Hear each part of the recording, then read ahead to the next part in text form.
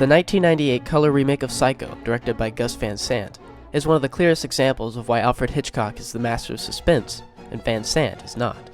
Although commonly referred to as a shot-for-shot recreation of the classic 1960 horror film, Gus Van Sant's version has many understandable changes, such as the addition of color, and a new cast including Vince Vaughn, Viggo Mortensen, William H. Macy, Julianne Moore, and Robert Forster.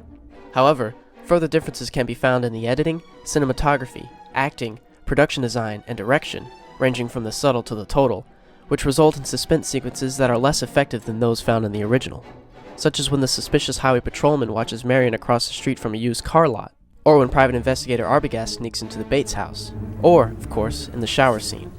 However, it is perhaps the recreation of the parlor scene which best displays the contrast between Hitchcock's ability to gradually introduce tension into a scene and Van Sant's ignorance of these techniques, and subsequent failure to create or maintain suspense.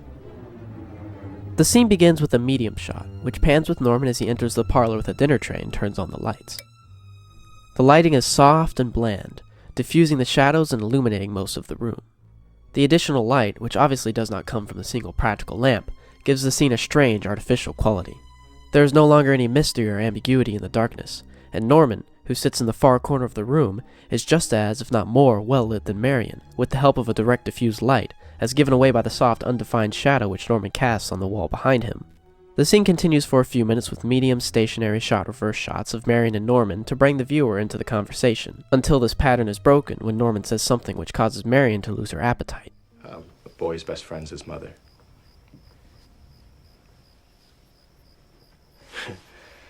Anne Etch's version of the Marion character shows a much more obvious repulsion to and discomfort around Norman, in contrast to Janet Leigh's more open and vulnerable portrayal in the original.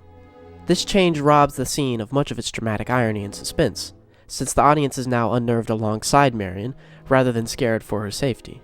The moment in the original film where the scene suddenly cuts to a new low-profile angle of Norman to create an effect that would be jarring to the viewer in much the same way that Marion's misplaced comment must have been to him, is replaced in the 1998 version with a dolly move that transitions from the established medium shot to the side angle of Norman.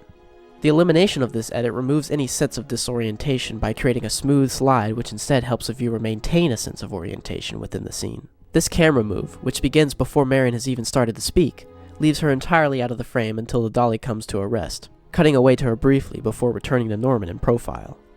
This change is not only unnecessary, but counterintuitive.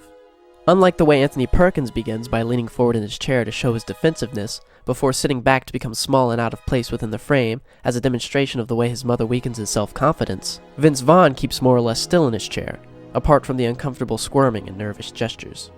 The slightly different composition of the shot places more of an emphasis on Norman by framing him more closely and traditionally, while also de-emphasizing the bird which had been featured prominently in the background of the original by relegating it to an out-of-focus part of the set and cutting off parts of the outstretched wings in a tight, awkward corner of the frame.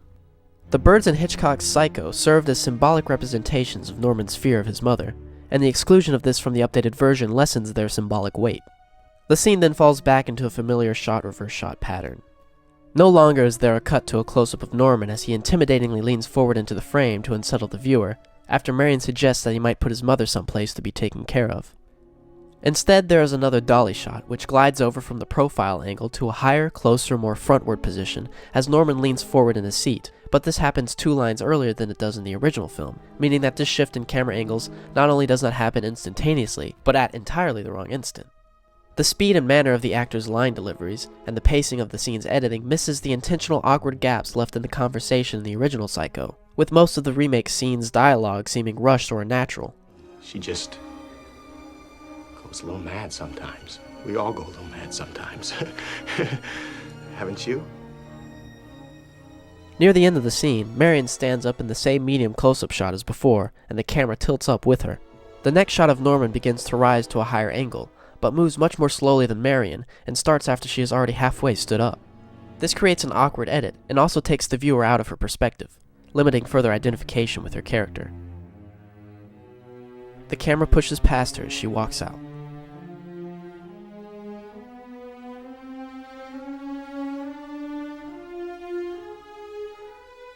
I've never found an audience to even shuffle their feet during that very long scene.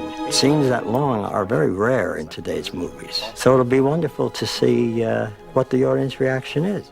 Why the fuck do you have birds stuffed on your wall? Hello, psycho. I'll see you later, you stuffed birds.